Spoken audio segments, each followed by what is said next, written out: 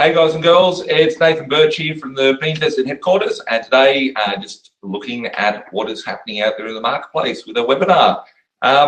So just a few things before I start. First one is that this is a revised version of our last week's webinar. We actually had a technical difficulty where we didn't actually have any of the recording of the voice, so I've had to go over and redo the whole webinar, and I guess, perfection makes perfect. So hopefully tonight we'll have some fun and be able to, look at what's actually happening out in the marketplace. Just on a second front, the marketplace is changing. Tonight I will be a little bit negative, so apologies on that, but I think it's very important that I just tell you factual things as it is and be able to give you content as I see it, and, obviously help you guys, be able to navigate yourself through what's happening out there in the marketplace today. Finally, I'm not your financial advisor. This isn't financial advice. If you do need specialised financial advice, I suggest you go and find yourself a financial advisor. If you do need a financial advisor, I do have access to some of who are, presumed to be the best in the business that I've known for over a decade, that I actually knew going through the GFC back in 2008, 2009. On that front, I don't like too many financial advisors. A lot of them out in the marketplace crap. So it's very important to, obviously find one that is suitable in line with your goals and understands, how to be able to get you to safety and has a track record on that front. So just on that note, just want to move forward and talk a little bit about look a little bit of what we're going to be talking about tonight. So today's agenda is looking at what is happening in the current marketplace. What is the GFD? I've been talking about the GFD now for probably since about 2016, September 2016 to be exact. And, the ramifications of what is about to happen to the financial markets around the world. A lot of people think, Nathan, you've been successful in property. It must be, a bit of luck, or it must be a little bit of, understanding what the right property is, etc. There's so many fundamentals out there. I look at property as a financial instrument, and being able to use that in order to, there's something that's been able to help me personally retire from the workforce in the middle of the GFC. And, obviously over the course of the last decade, I've made, more than 10,000 real estate transactions for myself and for other people, and made more millionaires than what Lotto has in the last decade. So looking at, what is the GFD? How did we get to where we are today? Understanding the monetary system, I think it's very important to understand the monetary system out there. So I'll be honing in a lot on that. Also, how can you protect yourself, and how can you take advantage of the opportunity that's out there in the marketplace today? So on another note, why am I saying any of the stuff that I'm going to say to you today, and what is in it for me? From my side, I take pride in the fact that I know my shit, and that's, obviously what's been a part of my success is by a lot of research.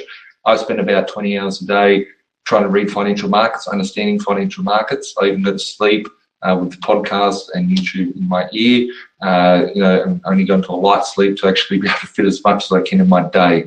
What I'm saying to you is what I believe to be factual. There's lots of manipulation out there, whether it comes from the media, whether it comes from, financial markets and manipulation within different systems. I research 24/7, as I said beforehand. I think it's important to get the message out, and I want to keep my community safe. So, I've made, I've been over part of 10,000 real estate transactions. I've made lots of millionaires out of property.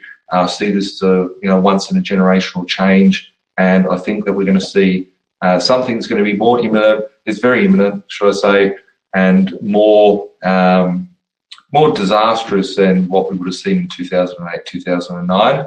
And obviously, as always, I just say things as they are. I think it's the best way to do, life, and to be able to, just be myself. So, as I said, this is a part of the RAW and UNCUT series, looking at, a lot of people come to me on a day-to-day basis and say, Nathan, how do you predict interest rates? How do you predict what's going to happen in the marketplace? I've dealt with hundreds, if not thousands, of real estate agents over the years. A lot of them I give their advice to. They, come to me and ask me for my opinion on what's happening in the marketplace. And from that, I'll normally correct probably about 12 months before things generally happen out there in the marketplace. I've predicted certain aspects of the boom, certain areas of the boom, the matrices of what's happening in each cycle. And I see there's a big change out there at the moment. Pretty much, at the end of 2017, I had our B.Invested annual Christmas party with our VIP clients there. And I do a speech and I talk about what I see in the year ahead and predictions and stuff like that. And I actually predicted a fair lot of the stuff that we're actually seeing in the current marketplace today. I even predicted down to the fact that we'll see 225 basis points most likely in the second half of 2018, interest rate rises up. Interest rates can go anyway. I will be talking a lot about interest rates today. Also be taking deep delvage into understanding how money works, the monetary system works, as well as lots of other sort of things that are out there in the marketplace. So getting straight into it, what is happening out there in the marketplace at the moment? What I'm seeing currently in the property market and in financial markets is that there's a lot of liquidity issues out there. So where did the liquidity issues come from? Everyone's talking about finance is tough to get, finance is tough to obtain, all those sorts of things.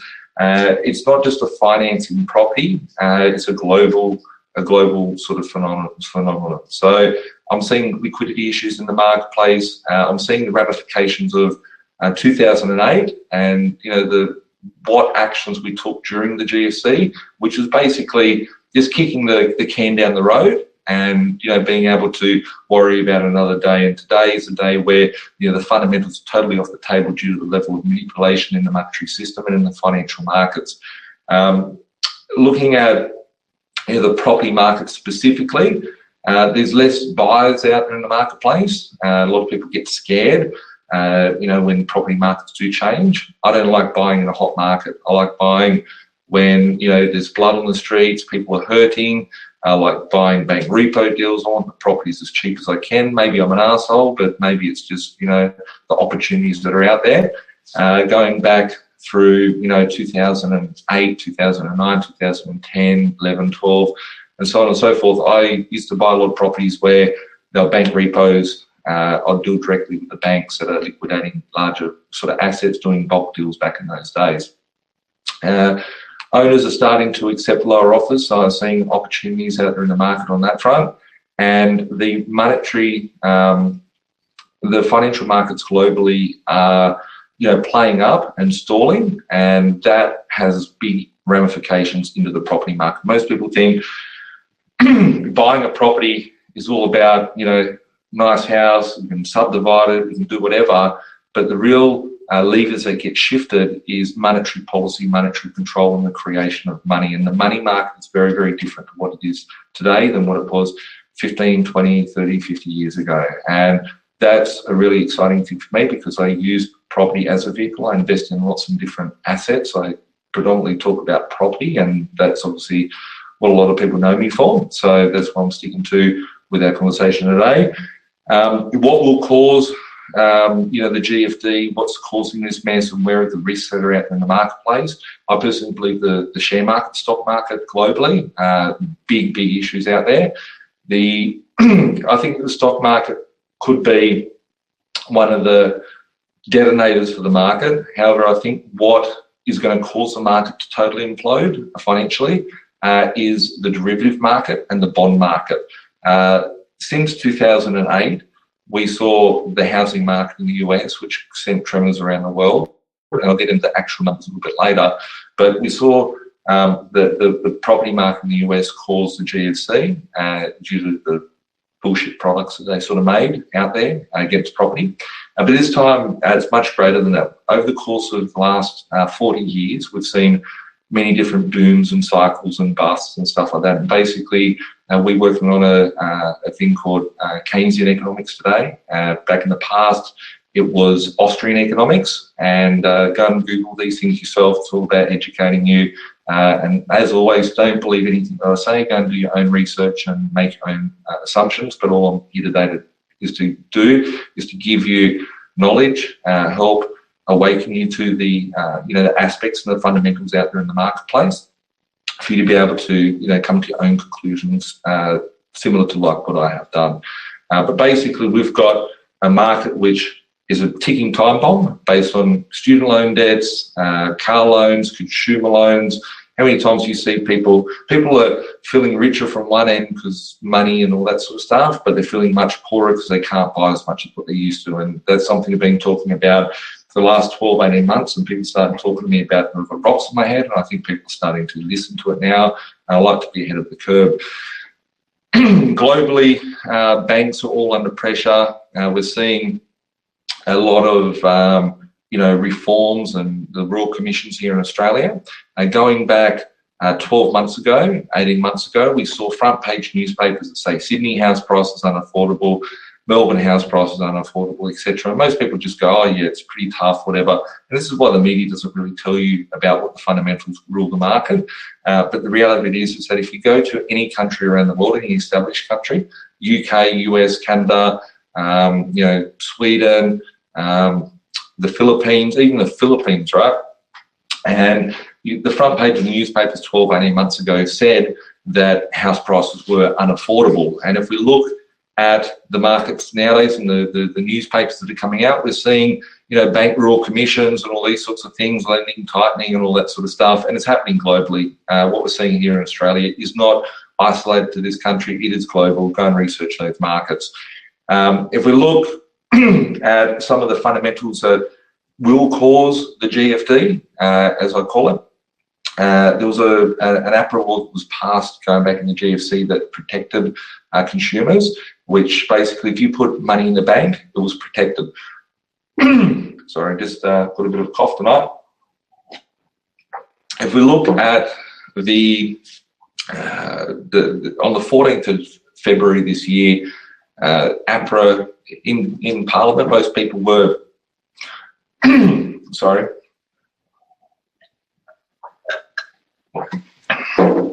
Most people were looking at Barnaby Joyce and thinking, how dare this guy, sorry, lose my voice. How dare this guy, cheat on his wife and go and have an affair and all that sort of stuff. Most people were stuck to the headlines of what was coming out from Parliament on the 14th of February, which is also Valentine's Day. But what actually went through Parliament that day, there was only 7 people in Parliament on the floor on the 14th of February 2018. I encourage you to go and actually do your own research and check this out. But what they did is that they removed the $250,000 bank guarantee. So what has happened is that in the past, for $250,000, if you had 100 grand in the bank account and the bank was to close up and go broke, you would be protected for that and covered for it. If you had 500,000, they'd cover up to 250,000 of that. On the 14th of February 2018, go and Google this, the banks basically made a bail-in law, which means to me is that they're preparing for this disaster to happen, right? It's not because they're so confident that the market's so great or anything like that. It's not there. It's funny how it gets swept under the rug, and we see about, Barnaby Joyce, for example. Sorry about the voice today, guys.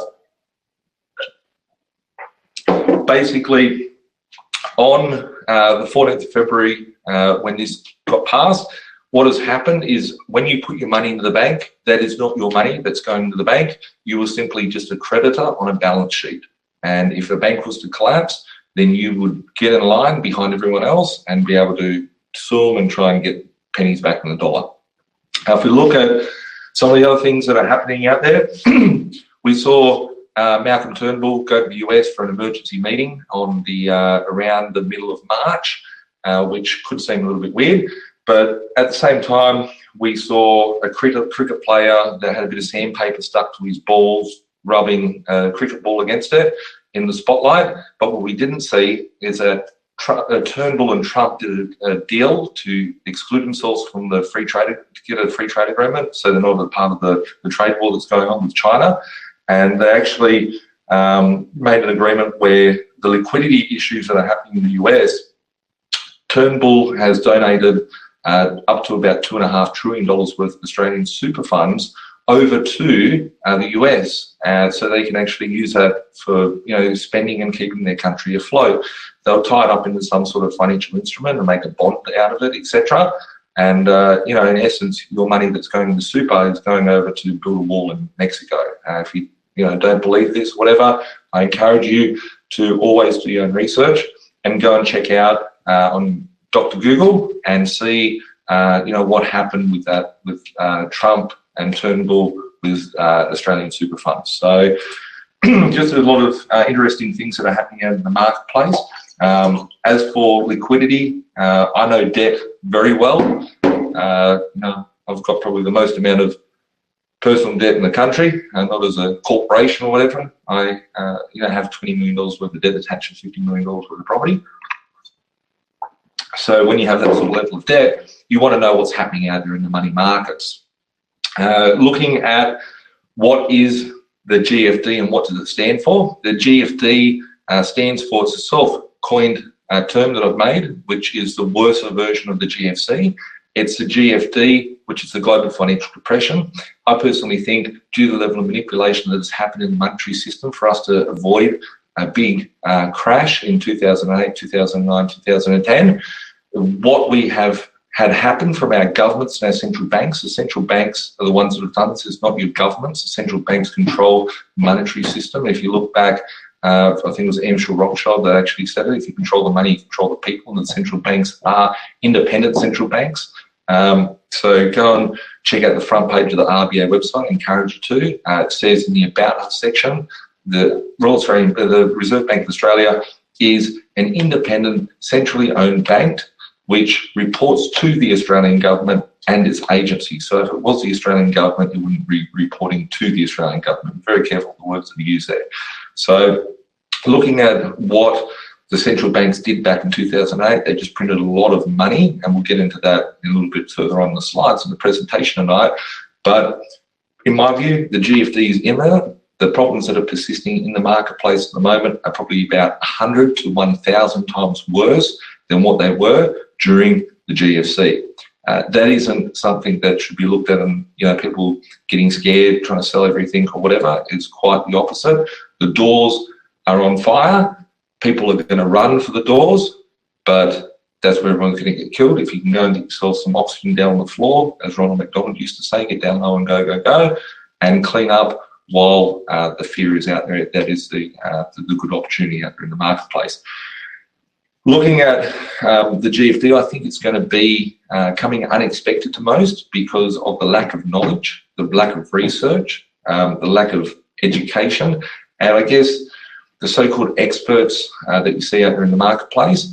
Going back when I was a kid growing up, in the mornings, I used to go and watch Agro's Kind of Connection and Cheese TV. The same places that taught me how to, read my ABCs, now giving education on finance, and that's where most people get their research from, is from the same people that bring you Married at First Sight. And most people watching Married at First Sight and getting relationship advice from that, and getting life tips from Keeping Up with the Kardashians. And if you get your education financially from those people, I do recall back in 2007 when the GFC hit, that those so-called experts gave a tip to sell your house and go and put all your money in the share market, and within 2 weeks of that advice being said, the stock market dropped by 40%. So just be very, very careful where you get your advice from. Looking at, is the market healthy, and some signs to show to you that the market is not healthy, the financial system. We have had interest rates drop in 2008 by 5 months consecutive by 425 basis points. So what does that mean? The interest rate was 7.25 at the RBA going back in, I think it was August 2008. And within a period of 5 months, it dropped by 4.25%, all the way down to 3%. That time was an awesome time for me because all my properties at that point in time, I was 5 years into my investing journey, and all my properties had miraculously turned positive cash flow, and I had better cash flow at that point in time, and it was really good. So as I said, there's a silver lining to any of these sort of things that are out there, and it's important to educate yourself on how the financial system works in order to protect yourself, and not just protect yourself, but to prosper in one of these sort of events and times that is inevitable that we're going to go and see. Looking at the interest rates though, we're at the lowest interest rate ever. We've had 19 or 20 months worth of interest rates without any movement up or down. We're trapped at 1.5% or 150 basis points at the RBA level. We've seen the interest rates in the last, since 2010, so the last 8 years, have not moved upwards once. They have not gone upwards at all. They've only been on the decline. And over that period of time, in the last 10 years, we've seen interest rates go up 7 times and down 17 times for a total of 3.25% interest rate increases with a decrease of 7.5%. So if we're in a fantastic economic position, our interest rate should be much higher. And I'm going to explain a little bit later about how interest rates, bonds, and the inverted yield curve. And this is probably the first time I've ever talked about it, but I look at financial instruments and how they affect the property market more than anyone else out there in the marketplace. As I said, is very important to me because I've got lots of debt, so I understand, I need to understand how all this stuff sort of works. And basically, over the course of the last 6 months, we've seen liquidity getting drained out of the marketplace. So basically, what stopped the GFC from happening into a big catastrophe is that the central banks around the world are going back up until about 1970s. The debt globally was less than $1 trillion. Over the course of the last 10 years itself, it's gone up by tens of trillions of dollars worth of debt. And I'll get on to some cool slides about that later. But in essence, the central banks are trying to unwind the lending that's happened now, the quantitative easing, as you would call it. And I see that there's a big issue as they're going into a quantitative tightening phase. And this only happened and started to happen in about October, November 2017. So how did it all happen? I'm going to take you through a bit of a walk through history. As I said beforehand, the central banks of the world and the financial instruments out there sort of control every single financial market. Beforehand, were individual countries, but now everyone's got a central bank in their country, or all of the countries apart from like 3 or 4, and they're funny enough, the sort of countries that are always in trouble or having a war or whatever, and then once they rip the country apart, they suddenly have a central bank in there. So there's 3 countries left. I think it's the Saudis, I think Cuba may not have rolled over, and obviously North Korea. Before the turn of the century, we had Iraq, Iran, Afghanistan, Libya, Syria, but they've all been wiped out. So yeah, just be careful with obviously where you're getting information from out there. But as I said, all this has happened due to the manipulation of the market to save the world from heading into the biggest recession ever, or hitting the depression of the 1920s. So they just basically printed more money, and now someone's got to pick up that bill, and that's why obviously people are feeling poorer and poorer. Important dates to remember is 1913, 1933, 1971, 1981, 2008, and 2018. It could be 2019, but I'm pretty confident of 2018. And I don't really be smart-ass or cocky about it, but I just know the fundamentals so off the table that it is unsustainable for what we're about to see. So what happened in 1913? It all started in the US with the central bank. There's a book by Dr. G. Edward Griffin, if you want to go read it. It's called The Creature of Jekyll Island. It's a good book, and it sort of explains how humanity got trapped and enslaved. Back in the past, before 1913, there was no real sort of taxes like we have nowadays. There was only a few taxes out there, very minimal sort of taxes. And back in 1913, the biggest robbery of the Americans that had happened at that period of time, which was the Federal Reserve had been created. I encourage you to understand all this stuff. Go and research it yourself. I don't have enough time to obviously get through it all in this webinar. But what happened in 1913 is Woodrow Wilson, the president at the time, did a deal with the bankers, the Rothschilds, Rockefellers, and all that sort of stuff, and enacted the Federal Reserve Act of 1913. And in 1933 is a very, very crucial point, because they made bits of metal that came out of the ground, rocks. Imagine having rocks come out of the ground. They were illegal to pull a rock out of the ground. So what happened in 1933, there was the Gold Confiscation Act, and this was the biggest sort of theft on the people at the time, because it was illegal to own gold. There's a Gold Confiscation Act, and they made it illegal to own gold. And what happened in that period of time is that everyone had to hand over their gold. And the funny thing is that gold was $20 at the time. They got paid $25 for an ounce of gold. As I said beforehand, I invest in all different financial instruments. I invest in the precious metals. I invest in the commodities. I invest into property. Property is obviously my favourite vehicle. I invest into other sort of financial instruments as well. But in 1933, an ounce of gold was worth $20. The central bank and the government in the US actually paid everyone $20 for the ounce of gold. They took all the gold and they revalued it instantly at $35. So what had happened is that they had inflated the currency by almost 100%, about 80% at that period of time. And, you know, throughout time, you know, people talk about, there's a lot of people that talk similar to what I am talking about with you guys today, but they're normally trying to flog like precious metals, gold, silver, or whatever. So be very careful with where you get your information from, because these people have been talking about this stuff all over the years.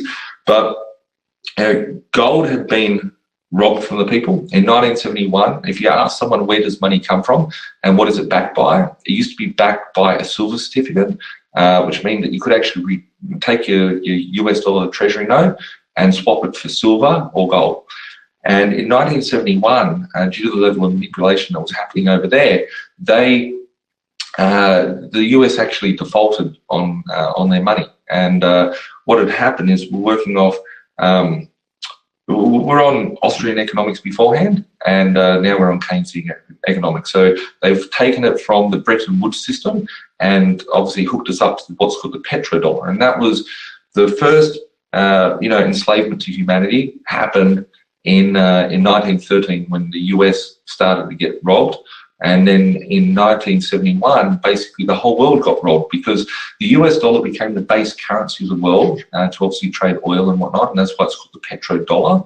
And since 1971, actually, to go back on a bit of a trip on history and memory lane, there's been literally over 10,000 fiat currencies. What we've got as a dollar now is worthless. You are programmed to accept that dollar. If you don't trade in those dollars, the dollars that are issued by the government, it's a criminal activity or whatever. I can't swap you an orange for a banana without being taxed, and that's the system that we're born into. We're educated and trained to be enslaved to this system. I don't mean to be too negative, but I told you I was going to be negative tonight. But basically, we are taught to obey without questioning in the 12 indoctrination camp by going to school. You are taught to accept money. Most people think the money comes from the government, which it doesn't. It comes from the central banks. Most people think it's backed by gold. Money hasn't been backed by gold or silver since 1971. It's a fiat currency, and literally in the first hyperinflation, and I'm going to talk about hyperinflations later on, and that's the exciting part of all of this. To people that are educated, to people that aren't educated, hyperinflation will kill most people's families financially, like back in the Great Depression. If you use financial instruments correctly, and obviously, as I said beforehand, I'm not your financial advisor, I'm just talking about some theories, some of my views, some of my opinions, but it's fact. So I encourage you to go and pull apart anything that I'm saying and tell me that it's not fact, and you can read between the lines because things are unsustainable currently in the financial system. But looking at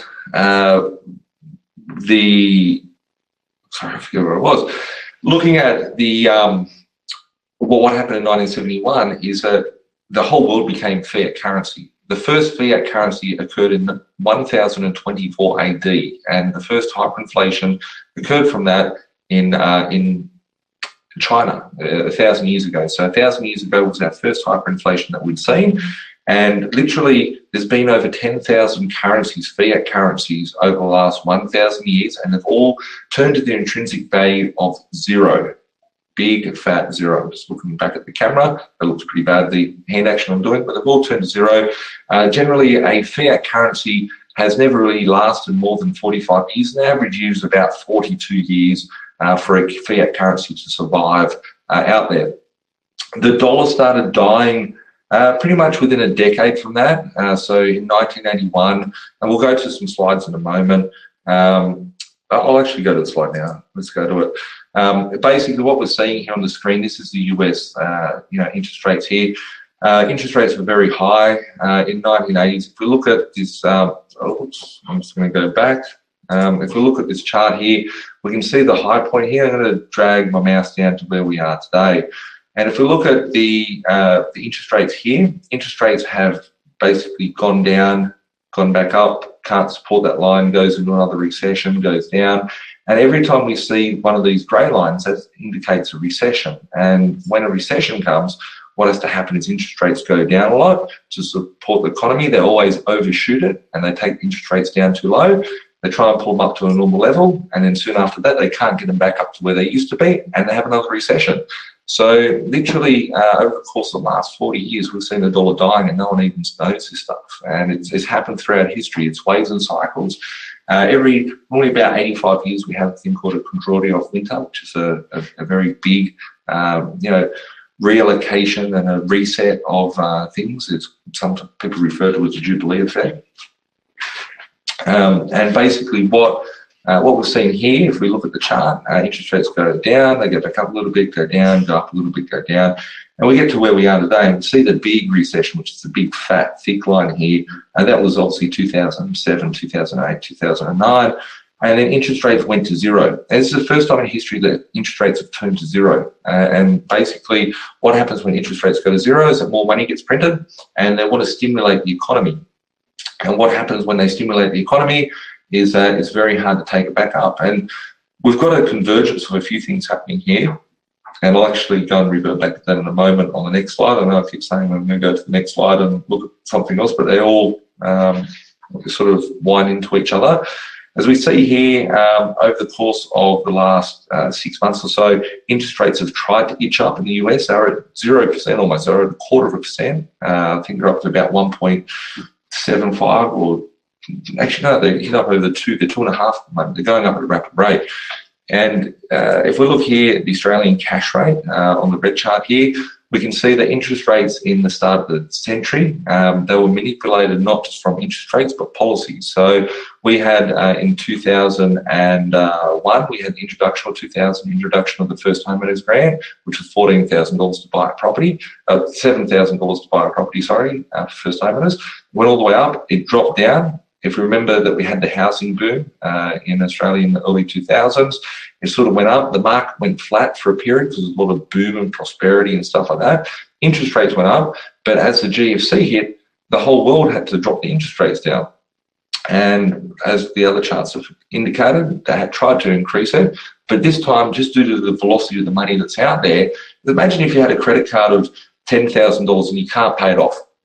You can't pay it off, you can't pay the interest. So the bank wants the interest, your credit card's gone from 10 grand to 11 grand, and you initially start out with a 10 grand loan, you can't pay the 11 grand.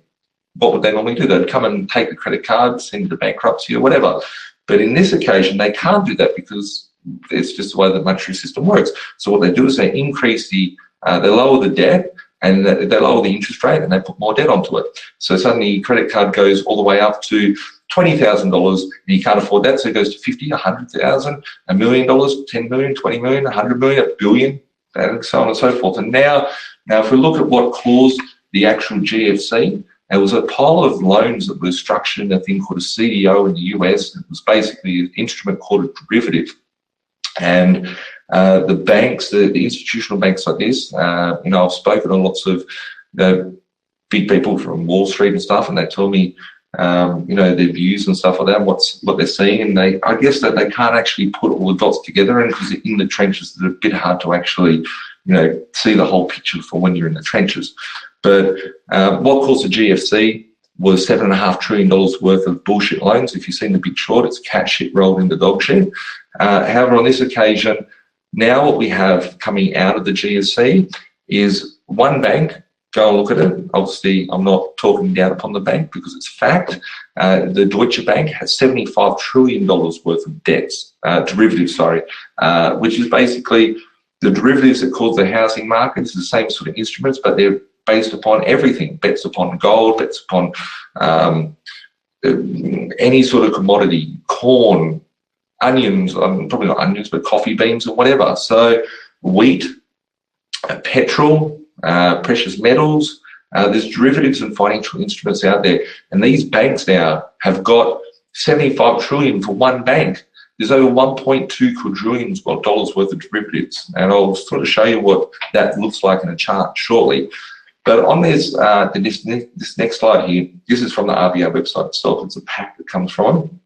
This is the 10-year Australian government bond yield. So as we can see, it's obviously going down very quickly. And for that to go up, a lot of people say to me, oh, will interest rates go back to 10% or to 20%? I'm very scared in case that happens. Well, let me just say, at 1.5% interest rate at the RBA, at an interest rate rise of 1.5%, it would probably screw over most people and most families, which would have $1 million sort of house and a mortgage attached to them. So we've seen in 2008, when this big dip here is, this is just the bonds. I should go back to the actual RBA rate. So let's look at this here. When the GFC hit, they reduced the interest rates by 4.25%. It's over 60% taken off. Just to try and starve a recession off within a period of 4 months, 5 months. So why would they put up the interest rates to kill the economy? They physically can't. Most businesses out there, and I see a lot of businesses, I see businesses from every aspect. Most businesses out there, the national companies you've got, etc., they've all got debt attached to them. They've got lots of debt. Governments have debt. They've got more debt than ever beforehand. And if we were to see interest rates go up, most of these big corporations use a thing called a BBSR, which is the bank bill swap rate. And if the interest rates were to go up by 1.5%, like how a bank bill swap rate works is that they get the interest rate from the whatever they're buying it from. So say 1.5%, they add a little bit on top, which might be 0.5% or 1%, and they pay like 2.5%, 3%, whatever. If interest rates were to go up by 1.5% at the RBA level, that means that their expense would go up by about a third. And if it was to go up by a third, most of these companies out there are actually burning through money like an incinerator. So that's why I believe personally that over the course since September 2016, we've seen monetary policy get tightened via APRA, etc., in order to do what a rate rise should normally do, but they can't put a rate rise in, so they just play around with monetary policy. And these are all the sort of things that you need to look out for with going into the next phase of the monetary system, because it is going to die and is unsustainable. And if we look at this chart here, this does not have Australia on it, but we're seeing the charts for Australia. Interest rates here in 2004 or whatever it was, and up to 2009. That's a very important point to look at here. New Zealand, UK, Sweden, Canada, and Switzerland. All in 2008, they had to drop their rates and they went down to very, very low rates. New Zealand has remained fairly high at 2%. They're even higher than Australia here. If we look at Sweden, it's in negative interest rate territory. We look at Canada, it's almost nothing. And each one of these is for a very, very long period of time that they're down on their knees with their interest rates, and they have an inability to move them up. So if they don't move the rates up, there's two certain things that I see that's going to happen right now to cause this.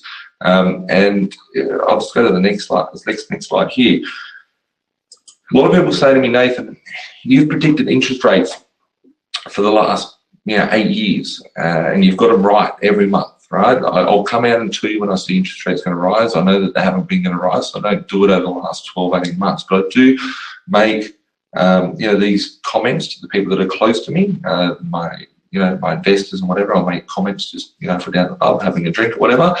But I made the call, it was only about a month ago that I put it on Facebook Live, that I see interest rates going up to 25% basis points throughout the rest of this year. And I actually called that back in November at a Christmas party. But the reason why I come up with these numbers is because I look at the LIBOR rate, which is a 3-month interbank rate, and also look at the 10-year US Treasury bond rate. So what we're seeing at the moment is a very interesting thing, because the 3-month LIBOR rate has been going up at a very fast pace. And if the 3-month LIBOR rate hits the 10-year US bond treasury rate, basically liquidity is going to be sucked out of the market quicker than ever beforehand. So the only way out of that is for the 10-year Treasury bond to go up at a faster rate. If it goes too high up, then everyone's going to die. It's going to kill the economy. So there's one way that's going to happen to the market. It could either happen from, it's like having a death. You want to get shot or you want to get stabbed. How are you going to die?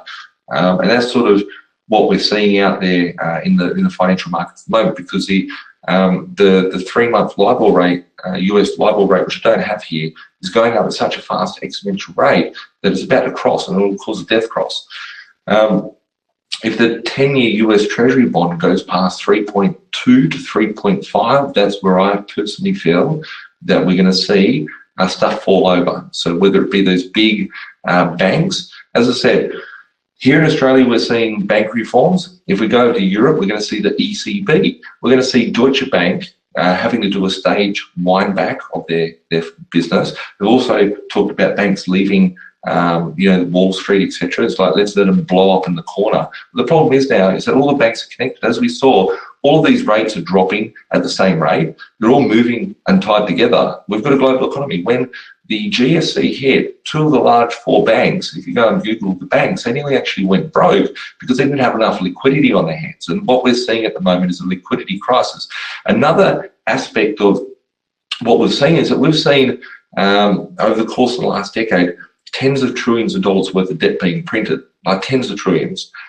We've now, I'll finish off on this one here, and we've got some other pictures to look at. But basically, if we look at the interest rates here, we're at the 20%, it's gone down, it's tried to go up, it's down, it's tried to go up, it's down, it's tried to go up. This chart should be like basically on an angle like that. If we take out, like I couldn't find a chart, but if we were to take out that higher percentage there, we basically see the interest rates going like that over the course of the last 10, 20 years. And that's evident. Like, how can you ever see flatline rates? You don't even see them in here, and they're at a high level. You can't even go up a couple. So that's my personal view. As I said, I'm not your financial advisor. This is not financial advice, but just reporting as to what I'm seeing happening out there in the marketplace. I sit there, I go for 4 hours sleep a day, generally in the hours of like 7 o'clock in the morning, 6 o'clock in the morning to about 9, 10 o'clock in the morning. And it's because I look at 2 certain markets. I even look at the US markets, and I'm seeing the manipulation out in the stock markets and the Dow Jones. If you go and pull out a chart from the Dow Jones, actually, I think I've got one on here. I'll get to that a little bit later. But I've just put a slide up now so we can get a bit of an indication of what money actually looks like. And I was fortunate enough the other week to go into a private vault where there's tens of millions of dollars, and it's very high-tech security sort of place. But and it's pretty correct, this, like, if we look at $1 million, it's really nothing. It's probably the size of a laptop bag. 100 million you fit on a pallet. $1 billion, you've got obviously 10 pallets there. And $1 trillion is double stacked height pallets, and that's the sort of size which $1 trillion would look like. At the moment, we've now got tens of trillions of dollars worth of debt. We never even had $1 trillion worth of debt globally, and I mean that this stayed at a pretty straight line with CPI indexes. Let's not even get into inflation at this point, because inflation is totally misrepresented when we actually hear about these things. If we look at what $1 trillion would look like, imagine now $1.2 quadrillion worth of derivatives and bullshit sort of contracts which are stacked on top of each other, which is a bet against each bank. That's where I see, when something cracks in the financial system because there's too many levers that are being pulled. If you pull this one, it's going to crash over here. If you pull this one, it's going to crash over there. It's very, very rigid. You can't move too far from where we're currently at, and that's why we've been stuck with these financial indicators for so many years now. Once one of them implodes, it's going to blow up the derivative market. It's there's been lots of people that have been talking about property collapses and stuff. I don't believe it's going to be a property collapse. I think quite contrary to that. It's a longer term view, and we'll get to that the later part. However, I've come out to talk about this right now because it's important. People still have time to prepare for it. I think there's probably about 6 months to 12 months before we see all the fun and games happen. It could happen any day. Things are changing very, very quickly out there. As I said, I do believe once it's 3.2 to 3.5% on the 10-year US Treasury bond, or the 3-month LIBOR hit that, it will implode. So just talking about these trillions of dollars of debt as well, The Fed has printed basically money from thin air because they can now. Used to, what they have to do is get pieces of gold and silver and melt them down. If you wanted to do corrupt stuff to money, you'd have to melt them down and mix like bronze or whatever, and then you'd have 2 coins, and you can like trick people with that. And then as they got advanced, they used to print more money, and they'd literally just go and turn on the printer, print more money, and everyone would have more money. And that's what happened in 1971 when the US defaulted, and they had to change it to the Keynesian system that we're on now. What they do now is people say, oh, even like, I'm not going to go off topic, but say cryptocurrencies, it's fake.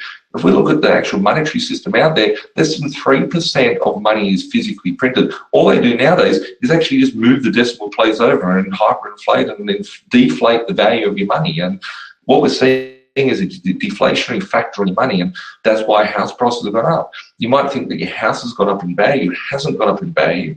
All that has happened is your dollars bought you less. And the last 10 years has shown you a perfect example of how debt becomes irrelevant with inflation. And I've always talked about that, but it probably may not have had the same sort of sense as what it does now, because you can go and look back in past and actually come to that conclusion as well.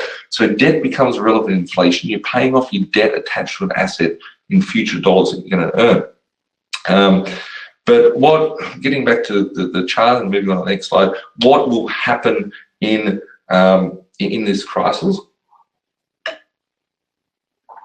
In my opinion, as I said, none of this is financial advice. I will keep saying that because I'm not your financial advisor. Go and get yourself independent financial advice. Banks are starting to fall over already. The banks are in big trouble out there. Australian banks, I think we're fairly safe. I think in Australia, to go on a positive note for a second, I think in Australia we're quite safe, but don't be fooled for 1 second that we're safe, because back in, as I said, in the GFC beforehand, the banks, 2 of the large 4 banks nearly went broke, and they had to go and borrow money from overseas, and using fractional reserve banking, they just can print as much money as they want. If you or I went to do the corruption that happens in the financial system, we'd end up in jail for the rest of our lives, and they'll throw away the keys because you've been printing money. And basically, these guys are just continuously printing money and playing games out there at the cost of the people, because the silent tax, we get taxed enough, like in life. We go to the 12-year indoctrination camp. Most people go for the 4-year Pledge of Allegiance afterwards to go and become an obedient, good tax slave and to fit in that system. The problem with humanity is that we are taught now to obey without questioning, and that's why I am encouraging you on this to go and question me, question what I'm coming up with, because it's fact, it's factual there, and there will be a point where this is uncontrollable. It will head out of control, and if you are educated, you understand how it all works, you can make lots of money. It's a generational, it's a once in almost 100-year cycle, and it just goes through waves and cycles where money goes from one hand and goes to another person. And if you can pick up on that, it's probably one of the most exciting times to be alive, to be educated going through this. But the financial instruments that I see as being the ticking time bombs personally is the derivative market, 100%. The bond market, people think it's the safest thing out there. I think it's very, very risky at the moment. And also looking at, and the reason why I'm saying it's risky is due to what the ramification of the GFD will be, which is a hyperinflation. But then the other thing is the stock market. It's very, very inconsistent. And when I get to the next chart, you're going to be gobsmacked from what I'm here to point out to you. Most banks are insolvent. Most banks have less than 5% liquidity in them. And I'm talking about investment banks and banks that control most of the other banks. And on that front, if you had a business or your own accounts were running like a lot of these financial institutions out there, you would be called insolvent. Not all banks, and as I said, I think that Australian banks are very, very well placed in this system and in this cycle, but they are connected. They say, if the America sneezes, we catch a cold. That's because we're tied at the hip. We're sleeping in the same bed. We've got the sock drawer upstairs, which is the US's one, and then we've got Australia's little sock drawer and the undie drawer that's in the same cupboard while we're hopping to bed together. So, this here is a chart that represents the Dow Jones, and going back on Tuesday night, I was making some posts on my personal sort of Facebook page about, or just another sort of channel, which I just blog on, and I was commenting about, I actually put bets have gone upon the market actually falling down, and this was from that day, and I'd made a bet that the market would fall by 500 to 1,000 points. And how could I sort of pull that data? Most people will look at this and go, oh, it's under a 200-day moving average, and try and work out where it's going to be.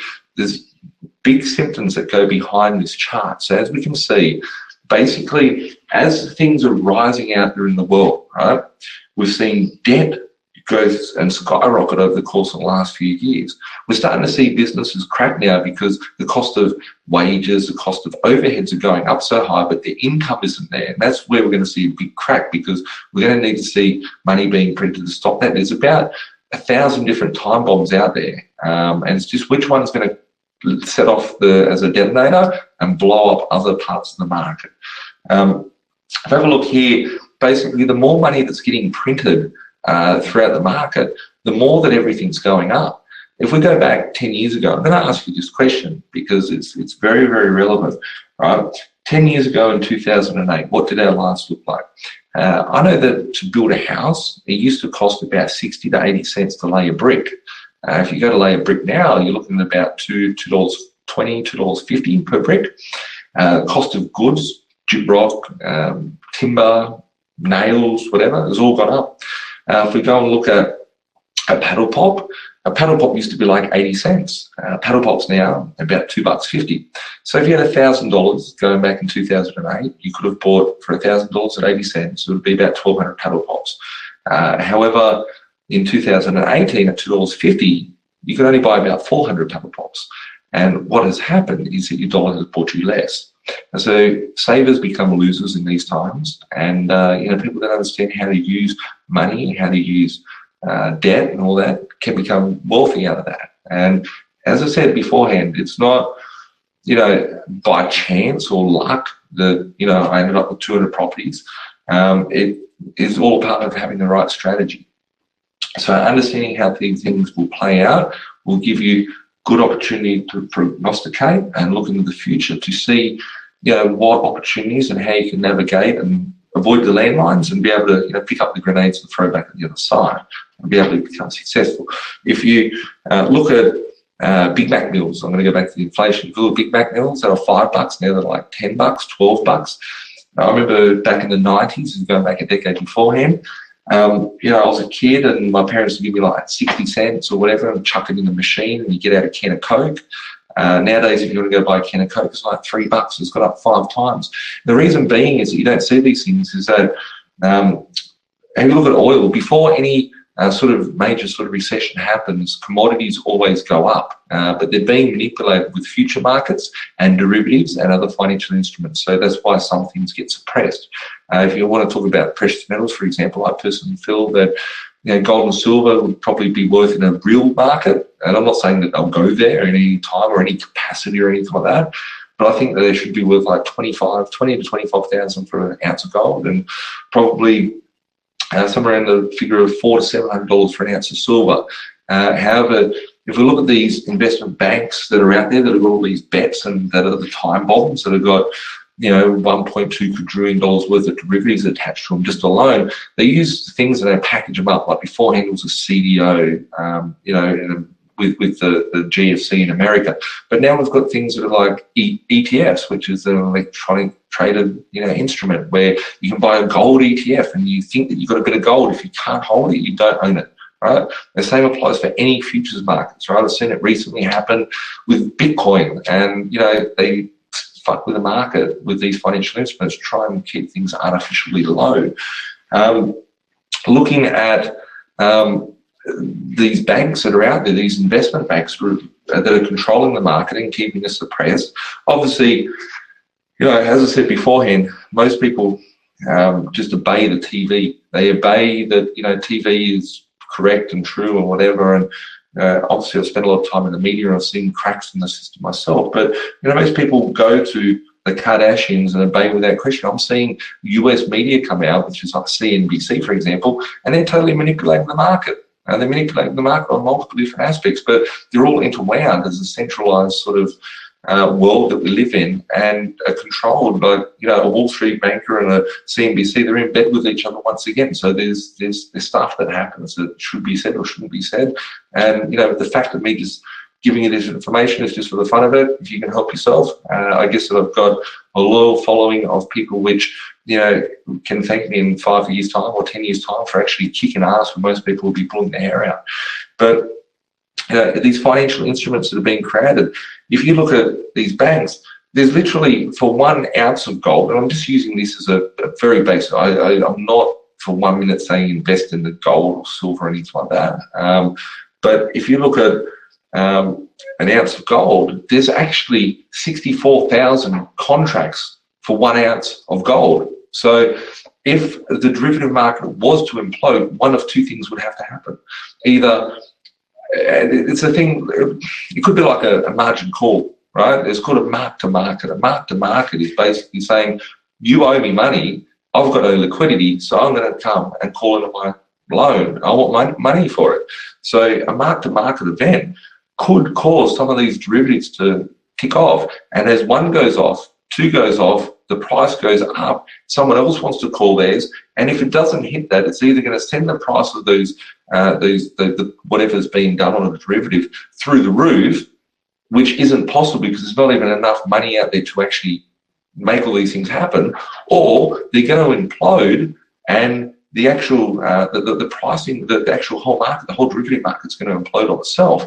So looking at you know, this market here, back in October, November of last year, what we saw around this period of time, around November, we saw, just on the chart here, we saw something very interesting happen. In 2008, 2009, there was trillions and trillions and trillions of dollars of money just printed out. Just remembering, 2 decades beforehand, 200 years of a dollar, right? 200 years of a dollar. And I did say fiat money doesn't last more than 45 years, but 200 years, that wasn't a fiat currency, it was backed. You could redeem, go and find an old 1920s, 1930s, 1940s US note, and it says it's a silver certificate, right? You could redeem those things. But the money changed in 1971. And basically, I forget where I was going on that front. Just gonna take a drink. I forget where I was going on that, but I'm going to continue on. What we've seen over the course of the last, you know, there wasn't $1 trillion worth of debt existed before, even in the world of money, up until 1971. Since then, every one of these recessions that we see on those other charts, the debt level keeps going up. And, you know, if you could imagine that's what it was for 200 years, I'm trying to hold my hand sort of like at a bit of an upright. Every time that there's a recession, it goes up at a greater descent. And the debt level's now like this. It's going to be a blow-off top sort of event with debt. And the US Fed made a call last year that they're actually going to start with what it's called is quantitative easing. And as of November last year, they started a phase called quantitative tightening, which they're going to pull money out of the market. And if they're pulling money out of the market, what we've got to remember is they're sort of unwinding the cycle that we've just had. They can never pull it out of the market without it imploding. So if we remember beforehand, there was a slide here. This one here, we saw 100 million, a billion, a trillion. Now what we've got is tens of trillions of dollars, right? Tens of trillions of dollars, which have been added as a quantitative easing sort of event here.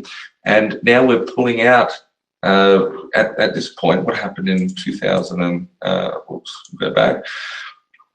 What happened in November 2017 is that they started removing $10 billion per month, which $10 billion to everyday people would sound like a lot of money. But when you're looking at the financial market and the amount of debt that there is out there, that's nothing. It's like pissing in the ocean and thinking that you're going to fill it up. So they started removing $10 billion per month. each month, starting from November last year. And every 3 months, what is to happen is it's to rise and go up by another 10 billion. So in essence, we can see here, something's certainly not right. We've got it tapped out here, we hit a high, then we've got a low there, and whatever's going to happen here is going to happen here. This here is something that I sent a screenshot from my phone. I've been talking some weird stuff with people that are very, very close to me, and I just like doing the I told you so's to them and trying to educate them to make sure that they're all on the same sort of path. So this is from like my inner circle of friends, and I wrote here, notice the dates 3 months apart. Why did it look so solid and have predominant hits at these points? So if we look at it, was the start of February, hit $20 billion. It went from $10 billion a month liquidity coming out to $20 billion. And at the start of this month, it went to $30 billion. So looking at that, I'm estimating that if the liquidity hits are coming out of the market there, liquidity is getting sucked out of the system like a vortex.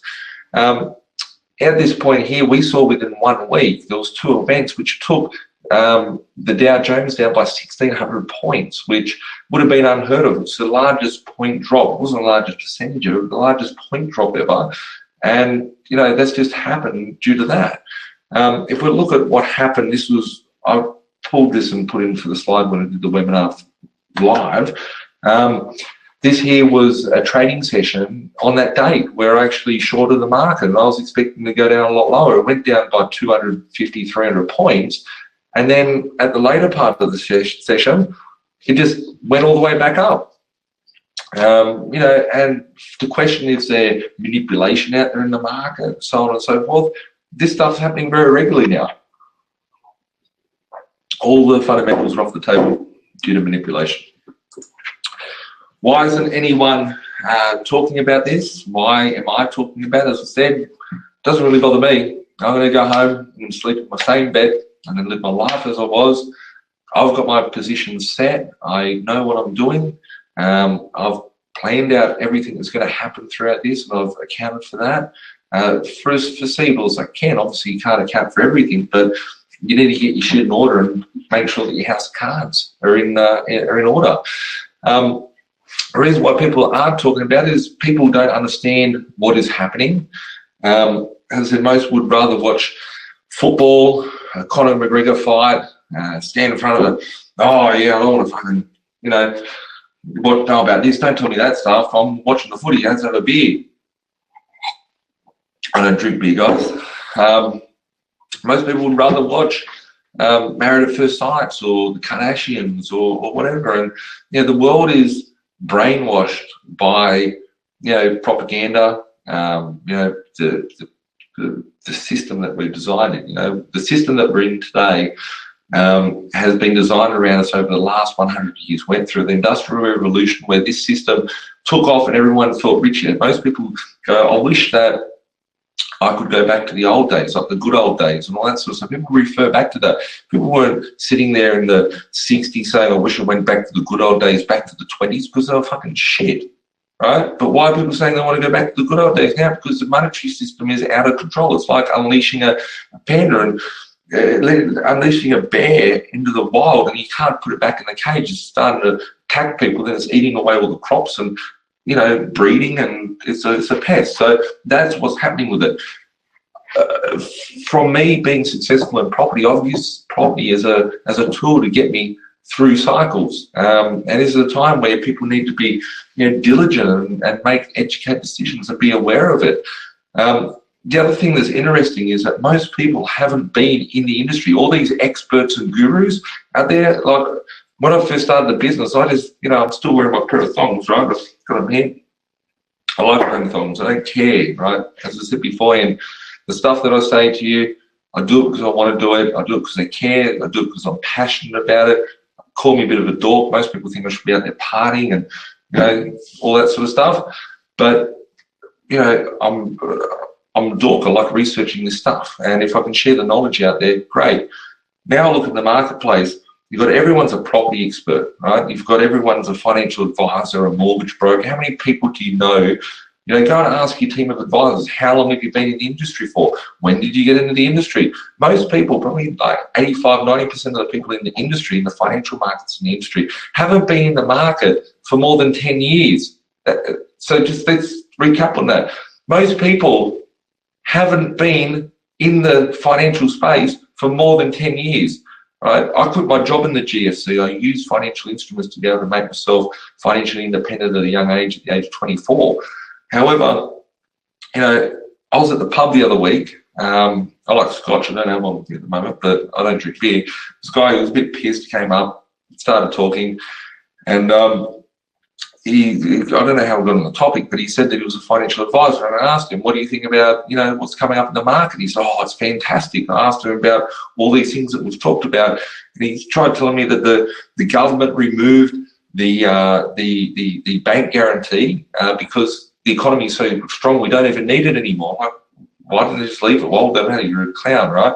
I asked him all these questions, and the advice he was giving me was so stupid, right? So stupid. I'm sitting there thinking to myself, and I start asking everyone I come across, I ask them all these questions. I want to know, I want to see inconsistency. I want to see who's full of shit and who's actually, got a brain when it comes to giving advice. And this financial advisor was telling me all these things that he'd do, and I was thinking, like, if you give that advice and actually, sort of think that that's what's going to be safe and going to protect people or in their best interest, you're leaving people down to the execution rank.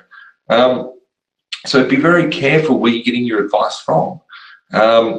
Most people are blindsided by the matrix and the system that we live in. A lot of people have vested interest when they tell you stuff, right? Do I have a vested interest in telling you that, the market is shit? It's shit, then it's going to be shit. I don't care. It's just going to have some fun in it, whatever. So a lot of people have, if I'm a mortgage broker, I can't tell you that the market's bad because, you might not buy a house and get a loan from me. Like, that's where a lot of the people out there, they're not giving the right advice. So, to be very careful where you get your advice from because they're trying to sell your product or service. People like to buy into positivity, and they're stuck in that system where they obey without questioning, fit into the whole system from being indoctrinated into consumerism. And, basically, in essence, human beings are just being beings, they're not being humans anymore, the human part's being removed. We saw the other week, Woolworths, they couldn't provide food for a period of 4 hours or something, they had an outage, and the whole world turned into chaos. Imagine if we could get this, the ships didn't turn up for a week, 2 weeks. You couldn't eat food, you couldn't wipe your ass on toilet paper, whatever. We wouldn't be able to fend for ourselves because they're less humans. We're free-range communists. We're like a chicken. You've got a free-range chicken or a caged chicken. We're going to end up in the same position. So unless you take, educate yourself and take control of your own life, you're going to be at servitude of the system. Sorry to sound so negative and on a rant, but I just, it is passionate to me, and it's something that I do take personally. So, what will be the aftermath of the GFD? This is where I'm going to be a little bit more positive and talk about the fun stuff about it. I'm very excited by it. I love when stuff like this happens because there's an opportunity for my net worth to grow. And I always think about it, right? Poor people talk about the income. Rich people talk about the net worth. So you want to look at how your net worth is going to grow through these sort of times and how you can grow your position in life and be able to take care of your family and yourself, because in reality, no one really cares. Everyone's out there stuck in traffic. You just have to go to a city, any city, and see people move around, and they're all stuck in that matrix, and that's why I call it the matrix. What will we see to come out of this? This is how I personally feel we can find the opportunities. We're going to see stimulus. So as I said, we've just seen the charts and all those sorts of things. In the GFC, interest rates went down. First home grants went up to $14,000 and so on and so forth. What I personally feel is going to come out of this, $14,000 first home grant ain't going to save us from the shit that's going to be caused from the financial system. Interest rate reduction, how far can you reduce interest rates? They're already 1.5%. So, you know, what factors do we have to move? Sorry for my swearing, guys. Like, it's just, you know, just trying to reiterate the fact of, you know, what we've got to work with. So for me, 0% interest rates or negative interest rates. You might ask, oh, that can't happen. Interest rates can go up. Interest rates are just showing you, if interest rates went up, just think about it. Everyone would be in a financial mess. If interest rates went up by 5% at the RBA, everyone would be broke. Well, not everyone, but the major part of the economy would be. We saw the central banks play their hand back in 2008 when they dropped the interest rates by 60% within 5 months. So 0% interest rates, negative interest rates, that's what Sweden's got and all that. Bail-in, so if a bank was to fall over and fail, what I think that we would see is, you know, there wouldn't be the protection. You become a creditor to the bank. And, you know, we've seen that happen in advanced economies. A lot of people, you know, couldn't picture. They just go, oh, you know, Greece is just a shitty country, Venezuela, Zimbabwe. They weren't always, you know. Some of these countries were very prosperous back in the day, and it's all just due to the manipulation of their monetary supply. In Venezuela now, they're at a point where all the animals got stolen from a zoo, right? I'm not an animal person, I'm sorry for having a bit of a laugh, but that's how fucking stupid it is that they've taken the animals from the zoo and cooked them up to eat them. What are they going to do next? Cook their kids up? You know, that's all come from a hyperinflation. So when the interest rate goes to zero or goes to lower, the lower the interest rate is, the more money that's being printed out, and the velocity of money goes around quicker and quicker, and it's the quicker the death is going to be. So I personally see the outcome of this as the death of the dollar. No one has ever seen that, like in your bubble of a country. You know, people don't see this stuff because they're just like, oh, that's just overseas or whatever. But it's a real fact that could happen, right? But, you know, it's not all that negative. Commodities will rise. There is potential maybe for, you know, commodities rise in recessions and stuff like that because, you know, they just naturally rise. If the derivative market implodes, then everything will go back to its intrinsic value. It's a funny thing as well. I'm sorry that we're going on longer than what I expected to, but there's just so much content. I get passionate about it, and I remember, you know, a lot of people asking me all these questions when I was doing the actual real live webinar. But if you were in 2018, and we went back to 2,000 years ago to turn of the millennium to 2 millenniums ago, and let's assume that Greece and Athens was the we've just seen Greece and the fall of the empire or whatever. Greece was the stronghold of the world, right? We've got a Western world, we've got all different nations there in the world. We've seen China, and I'll get to China a little bit later, but we've seen these countries rise and fall. At the turn of the century, it was Great Britain that was the superpower of the world. Now it's the US. Now, unlike any hyperinflation ever beforehand, the hyperinflation has never plagued a nation. It's never plagued the whole world at once. So if I had $20 in 2018, hopped in a time machine and went back to 0 years and Jesus was around and, I don't know, Athens was the superpower of the world at that period of time, just making it up, right? And I took a $20 note and I tried to buy something with my $20. They're going to laugh at me. They're going to tell me that I'm a clown. What is this thing? They're going to look at it more from a curiosity point of view and go, how do you make this piece of plastic with some dead people printed on it? You wouldn't buy your shit, right? If we went back to when Athens was, you know, the superpower and said, pack your bags, give me $20, bring $20 with you, and we're going to the future and let's buy some shit with it, right? What $20 would have bought back then and what it would have bought now wouldn't surprise you, because you'd probably come back with some gold coins, silver coins. It's funny how, you know, this system that we live in, you've got these coins that sort of represent what history used to be, because they've taken out the gold, they've taken out the silver, and it really has no value. It's just your programming that's actually taught you to believe that that's what you should use in an exchange of medium. But you bring back 2,000 years, you could bring back a couple of ounces of gold, a couple of ounces of silver. You could buy a car, you could buy some tailor-made suits, etc. In 1933, when they removed the gold standard and they gave you $20 for your ounce of gold, an ounce of gold back then would have bought you a 3-piece tailor-made suit. If you come back through to 2018, what's an ounce of gold worth? It's worth $2,000. It will buy you a 3-piece tailor-made suit. It does. It's a store of value. People look at it and try and invest in precious metals. I think it's a load of shit because, I take that back. I actually don't mind it, but people go full in thinking that they're going to make all this money if the dollar debases and actually goes into hyperinflation.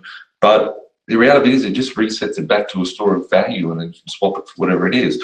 But what we're seeing is commodities, and I use that example because commodities rise during a recession or whatever.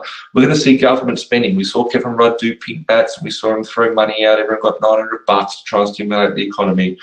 As the dollar dies, we're going to see it's all going to eventuate to the dollar collapsing, and the dollar collapsing is a fantastic thing if you prepared for it and actually work correctly towards something. So as I said, this is not financial advice. I said I'd keep saying it. This isn't financial advice. It's just an opinion of myself, but go do your own research. Tell me that I'm wrong and prove to me how I'm wrong, because I don't see any other way due to the fact of where everything's currently at. Government spending, you get incentive. Special drawing rights, which is another financial instrument. Tax stimuluses, so we're starting to see tax cuts in the US, but all that's doing is losing their revenue coming in, and that's why we have to go and ask every country to hand over their money. Relaxation of lending regulations to stave off a recession. So we've got all these tight laws, and that's why I think a part of why, what has happened has made, the Australian economy very strong. By having such strong laws, but we could possibly see. I remember going back in the GFC, you could do 10% deposit, no LMI.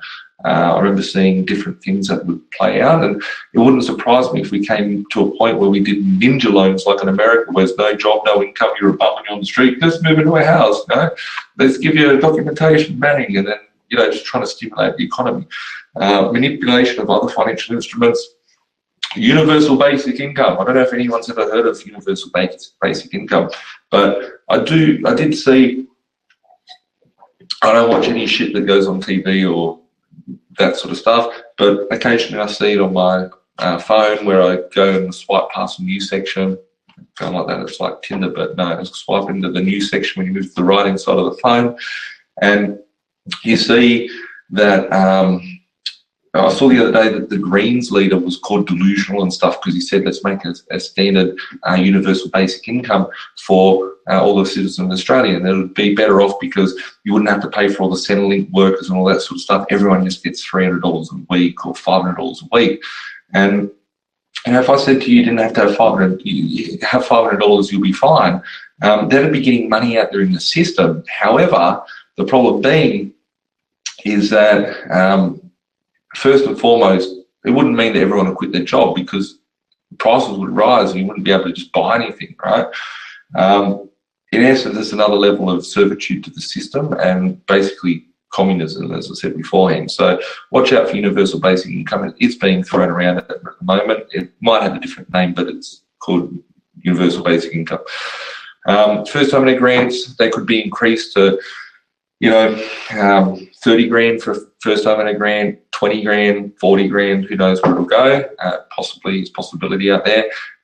And purchasing requirements for overseas. So a lot of people say, oh, how dare China come and buy up our country, right?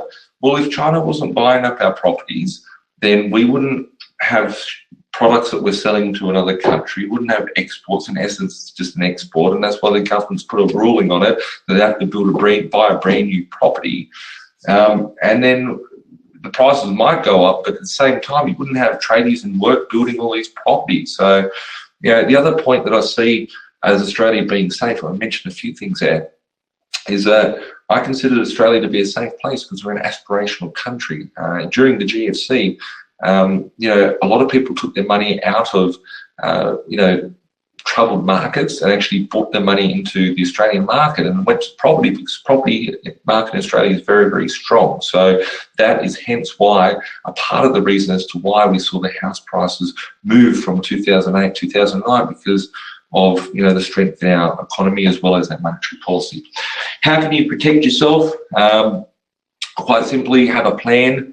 Understanding, get your knowledge right. I've thrown out a lot of information tonight. I encourage you to go and do your own research and be able to sort of see what could happen. A lot of people have been using houses as an ATM. They go and pull out equity, go buy jet ski, cars, all that sort of stuff, holidays. They're the people that are going to get hurt. There's consumeristic people. They keep the economy afloat, but they're the ones that are going to get slaughtered and be scratching their head. And that's why you have the difference between the classes and the masses, right? If you want to be in the class that's wealthy and has a sound financial position, then you need to educate yourself on that.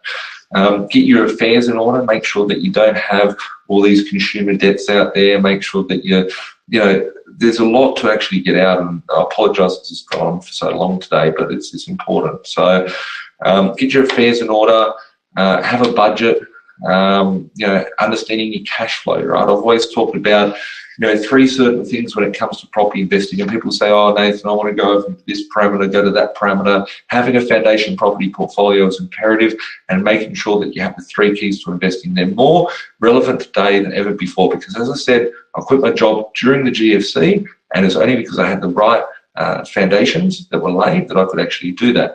Buy and below market value. The market shits itself, and I don't believe that it will shit itself. You see all these idiots that go out there, and I'm not going to say names because I just referred to them as idiots, but I'm sure that you see them hop out in the news and say 40% house price crash, whatever.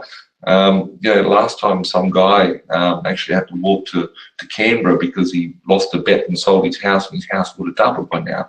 They don't understand the fundamentals of money. They're just, professors, or they're trying to sell their course, or, whatever. They come out, they tour Australia with a book that they're trying to short the market or whatever. 3 rules. Market goes down, you've got a buffer. Making sure that you've got solid growth, because that's what you're investing for, is to have capital growth and use it as a leveraging tool later on to be able to sell off and pay down debt. And the third thing is making sure the cash flow is strong, because if you've got strong cash flow, it doesn't matter what happens. You can hold on to your property and take it through any market. And it doesn't matter if you have a job or not have a job. If the property's looking after itself, you can flip burgers at Macca's for 30, 40 grand a year and still be okay. That is the importance of the 3 rules. And finally, be very, very careful as to where you get your financial IQ from, because they call it an idiot box for a reason. How is the only way out that I see of this mess? It's called a hyperinflation. Research what a hyperinflation is. As I've always said, debt becomes irrelevant with inflation. Having I'm personally, what I envisage, somewhere between a hyperinflation and a normal inflation. Things are spiraling out of control with inflation at the moment. People are feeling poorer. It's really, really evident. No one has any answers. No one has the balls to sit up there and say, this is why this is happening. From an aspect of inflation, I see, not a hyperinflation like Zimbabwe, where you go in and buy a glass of water today and then tomorrow the glass is worth more. It probably is actually worth more than water, but you know what I mean? Like, you buy a glass bottle of wine and you go in tomorrow and the bottle of wine is worth more. In essence, I'm looking at a 50 years worth of inflation in a period of 10 years from the next phase of this cycle. This is my personal view. What does it mean? The dollar will die, and as I said, debt becomes irrelevant with inflation. What is the opportunities out there? If you do position yourself right, like some people are saying, should I sell my properties now? I'm scared or whatever.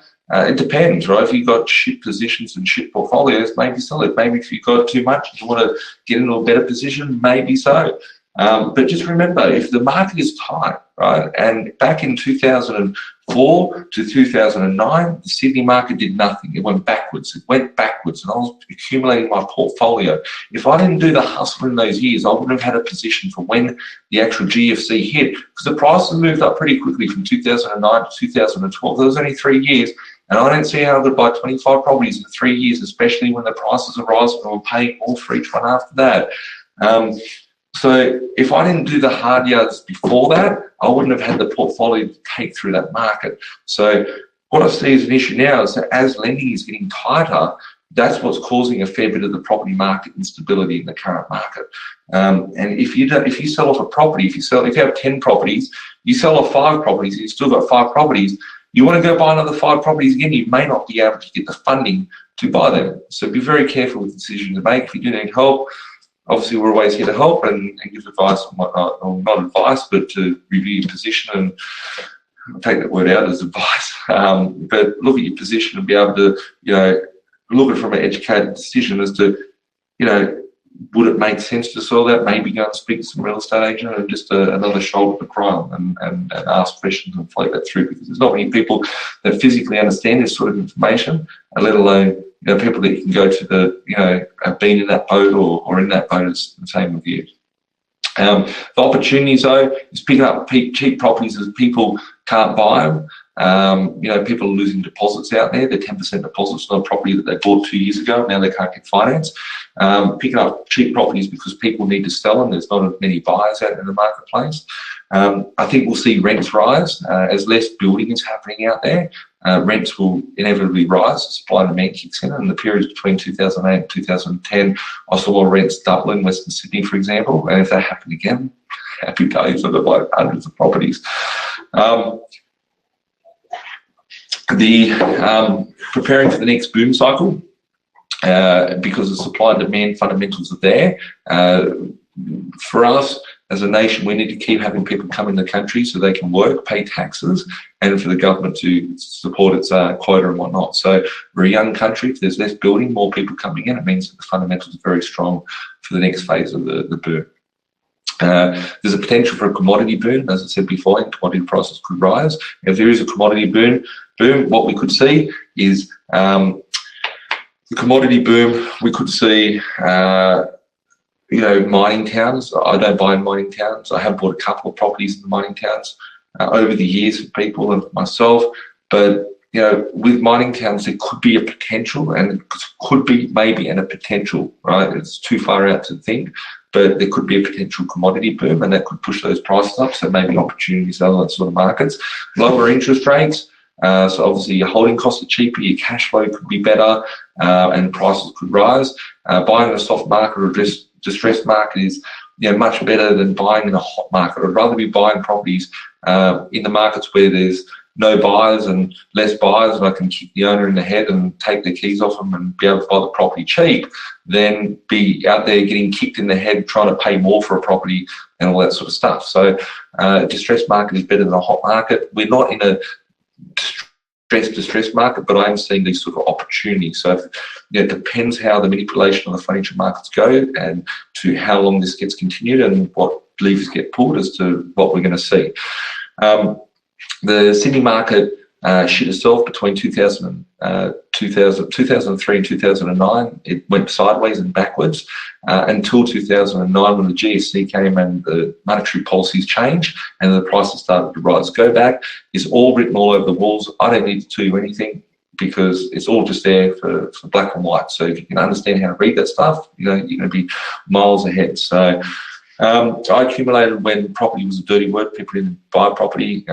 And, in times when it's not out there in the news, the price is going up because fear, people go in there and they're getting FOMO because they think the price is going to go up and they're going to miss the opportunity.